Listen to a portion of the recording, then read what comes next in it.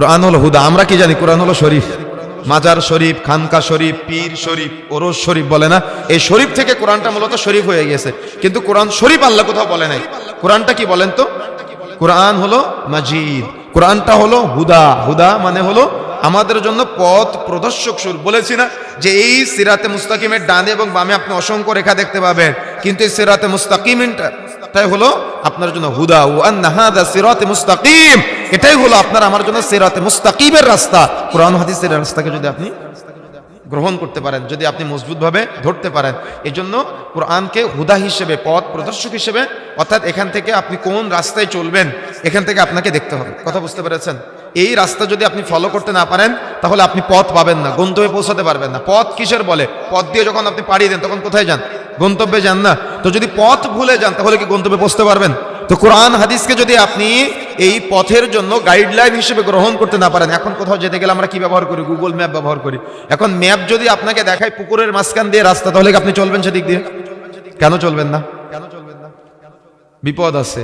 তো যদি আপনি কোরআন ও সহিহ হাদিসকে আপনার জান্নাতে যাওয়ার জন্য গাইডলাইন হিসেবে, পথ প্রদর্শক হিসেবে গ্রহণ করতে না পারেন, হুদা হিসেবে গ্রহণ করতে না পারেন, তো আপনি জান্নাতে পৌঁছাতে পারবেন না, পুলসিরাত থেকে পড়ে যেতে হবে। কথা বুঝেন না মনে হয়? বুঝতে পেরেছেন? এই জন্য কি করতে হবে বলেন তো? গ্রহণ করতে হবে। কোরআনটা হলো জিকির মানে উপদেশ, কোরআনটা হলো বাণী। এই জিকির মানে আবার মনে করিয়েন না বাসে ওঠা। দেখেছেন না কোথায় বাসে উঠে? দেখেছেন না জিকির করতে করতে ইল্লাল্লাহ বলতে বলতে কোথায় উঠে? বাসে উঠে, লাঠির স্টেজের উপরে উঠে যায়, এই মাইক্রোফোন সব ভেঙে ফেলে মাহফিলে। দেখেছেন না আপনারা? তারা জিকিরটাকে এগুলা বানিয়ে নিয়েছে বা এগুলা মনে করেছে, কিন্তু কোরআনটা হলো জিকির মানে উপদেশ আমাদের জন্য। কথা বুঝতে পেরেছেন? উপদেশ বা বাণী আমাদের জন্য। বাণী বুঝেন না? এখন তো আপনাদের কাছে বাণী হলো মোটিভেশনাল। তার মানে যদি কেউ আপনাদের একটু মোটিভ করতে পারে অনলাইন সোশ্যাল মিডিয়াতে, এটা আপনাদের কাছে অনেক বাণী মনে হয়। সুন্দর সুন্দর বাণী দেখবেন লেখা থাকে, বা বিভিন্ন কিছু টপিকের উপরে কিছু কিছু বক্তব্য যেগুলো আপনার চোখ দিয়ে পানি বের করে ফেলে। কিন্তু আপনার কোরআন পড়ার সময় চোখ দিয়ে পানি আসে না কেন? ওই যে আপনি বুঝেন না, তাই কোরআনকে আপনি বাণী হিসেবে গ্রহণ করতে পারেন নাই।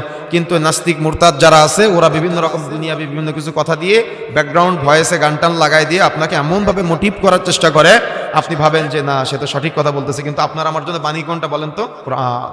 আপনারা যেমন বাণী, কোরআনটা হলো আমার আপনার জন্য পথ প্রদর্শক স্বরূপ গ্রহণ করতে হবে। এটা হলো জিকির আমার আপনার জন্য। কিন্তু ওই যে আমরা বুঝি না, আমাদের ব্রেনে নাই কোরআন। কিন্তু আমরা যখন সৌদি আরব সফরে থাকি তখন আমরা দেখি যে আরাবিয়ান শেখরা যখন তিলাওয়াত করে তখন পিছনের মুসল্লির অঝরে কান্নাকাটি করে।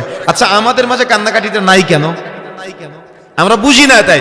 কেন? কি তিলাওয়াত করতেছে, যে তিলাওয়াত করে সেও বুঝে না, আর যে শুনে সেও বুঝে না। এই জন্য যার এদের আমাদের মাঝে কোনো প্রভাব বিস্তার করে না। যদি ইমাম সাহেব তিলাওয়াত করে নামাজের মধ্যে আলহামদুলিল্লাহি রাব্বিল আলামিন, আর মুসল্লি ভাবে দোকানে কয় টাকা ইনকাম করলাম, কয় টাকা উপার্জন করলাম, তাহলে আমার আপনার এই তিলাওয়াত দিয়ে, আমার আপনার এই সালাত দিয়ে আমি আপনি কিভাবে উপলব্ধি বা কিভাবে উপকার পেতে পারি বলেন? উপকার পাওয়া সম্ভব নয়।